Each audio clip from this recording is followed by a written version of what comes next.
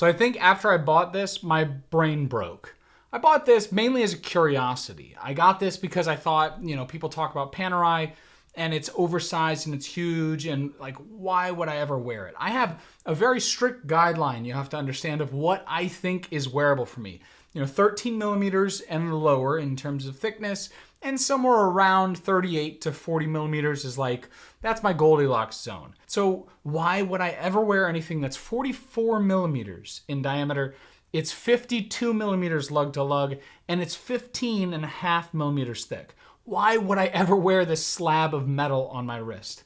And also, it's got just an ETA movement in the back. Like, why would I? And it's got this big crown guard. I don't even like crown guards because they dig into my wrist. Why would I wear this watch? But one of the things I'm trying to do with watch collecting is learn to do things that are a little different. Don't just buy the same thing over and over again. Like, sure, I could collect 15 different Rolexes in slight different color variants or bezel variations, and there's nothing fun or interesting about that. I don't really get to know different brands. I don't really get to know what I like. I don't really get to stretch my mind. I don't have any real differentiation within my collection. So why don't I try something a little out there, a little, different for me and my taste? And this Panerai, look at that. That is a chunk of metal on my wrist. So I thought, hey, let's just, send it. I'll lose some money. The worst case scenario, I buy it at a good price. I lose some money, but I at least gain the knowledge that Panerai is not for me. And maybe I learned a little bit about case sizes and whether or not they actually fit my wrist. And the answer is, I really like this watch. And there's several reasons as to why. I'll go over those. The biggest reason why I like this Panerai is not the feeling of I can go out there and tackle the world, which there is an element of that. When I put this on, like, I could do anything and, whack it, and I don't really care. I feel like this watch, I bought it very scratched up already. I feel like it looks great scratched up, which again is very different than what I prefer. Typically I like brushed surfaces, something that won't scratch as much. This is polished and scratched like crazy. It's got a giant ETA movement in the back that was finished by Panerai, and the finishing is nice, I think. It's not, the best in the world, but the finishing is nice. It's got this big crown guard solution on the side here that both is a crown guard and helps keep the crown in, that I think is cool, and the sandwich dial I think is interesting. But outside of that, why would I like a Panerai? And here's the reason why I really have enjoyed wearing this watch. And I think it's because it doesn't feel so darn serious. Sometimes in this collection hobby thing, like, we can get overly serious, especially I think us Americans. When I put this on, as I said, it kind of broke my brain a little bit, because I thought when I opened up the watch box itself and looked at it, I thought, that's a big watch. It looks like it was made for a diver. But it was made in the 50s or the 60s for a diver because it worked. It didn't need to be any more complicated than the fact that it told him the time and it kept the water out. And that is what I love about this. It is so purpose-built. And when we talk about tool watches being tool watches, like the Submariner is a tool watch. And even people will say the modern Sub is not a tool watch anymore, it's a jewelry watch. And I think there's a lot of validity to that. I'm planning to take mine diving because I think I want to show that they can still be used as tools. But when I wear it, it does feel like I'm wearing a more serious watch. It feels like I'm wearing something that's nice. When I wear this, I don't feel that very much. I feel like I'm actually wearing a tool. This was made to dive. And if it's not diving, why are you wearing it? And that is what I like about it. It doesn't feel like it takes itself so seriously that it needs to be 38 millimeters and like a perpetual calendar built in there. And I know Panerai has innovations on their movements and all that stuff that people enjoy. But what I love about this PAM111 that I have here, is it's thick, it's chunky, it's like just designed to work. And that's it. It doesn't have to be any more than that. It doesn't have to be more complicated. It doesn't have to be hand finished. It just has to be made to do a job. Now, there are elements in here that I do enjoy. I like the sandwich dial because I think it adds a little bit of depth. I like the running seconds hand on the left side. That's why I picked this version. I like a manual wound version of it because I think it's more, it makes more sense as to why this crown latch is here. You see, back in the olden days when the first radiomirs were made, they were screw-down crowns just like every other Rolex case because Rolex made the cases for Panerai. The problem with screw down crowns is that you tear out the threads over time, especially in a manual wound watch.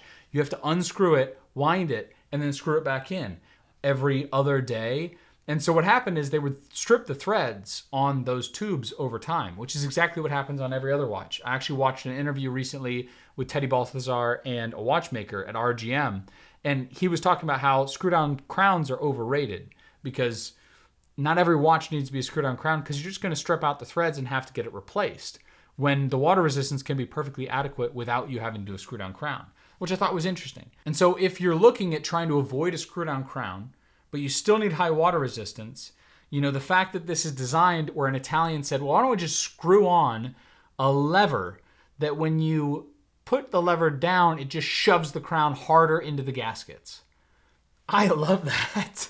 I love how someone said, yeah, let's just shove the crown into the gasket and that would hold it. That would work just fine. We just have to hold the lever in place. Well, how do we hold the lever in place? Well, what if we just bolted it onto the side of the case and then you could just swing the lever and it holds the crown down? This feels like just purpose built. Like my company, I've not talked about a huge amount, but we own a manufacturing company. And sometimes when I solve a manufacturing problem, a design problem around making a product, sometimes it's as simple as, well, let's just try just like the simplest solution. Let's just try bolting this thing to that thing and see if it works. And it strikes a chord with me as a result. And I love that about it. I like that this is beat up. I like that it's worn. I like that it's beefy. I love the fact that the strap is held in with screws because I'm switching now when I wear something in the warehouse. I've had spring bars fail on me twice. I had my Omega Speedmaster before this vintage one fall off my wrist. Thankfully, it landed in a pile of foam. And then recently I was wearing my Zenith and I had it on a NATO strap and I was loading some boxes onto a truck and it got hit clearly against another box and one of the spring bars failed and it was hanging by the NATO. Clearly an example as to why NATO straps are helpful. But I've realized if I'm doing anything manual, I cannot be using normal spring bars because the watch just falls off your wrist. That's 2 times in the last 2 months.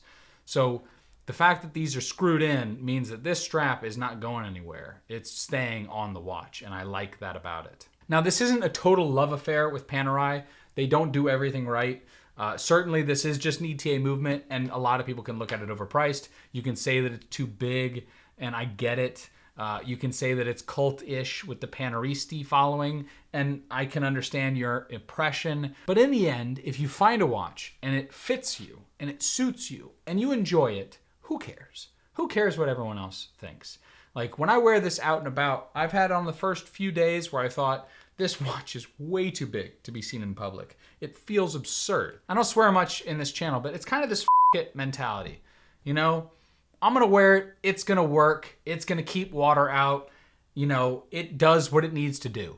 And that is why I like this Panerai. Not to mention, when I was a kid, I did grow up watching Sylvester Stallone. I grew up watching Arnold Schwarzenegger. They are idols, I guess, in some form or fashion in my head. And I do like the fact that it has this kind of Tool vibe now with The Rock wearing it and Jason Statham, that if you're wearing it, it does feel like it needs to be knocked around a little bit. And I like that aspect of it. Is it any more rugged than the Rolex? No, it's just a fatter case. It doesn't mean the movement is more rugged or I'm not going to break the balance staff from some sort of shock, but it feels like a chunk. It feels like a tank. And I enjoy that about this watch. So should you buy a Panerai? I have no idea, right? Like it's totally up to you what you want to do.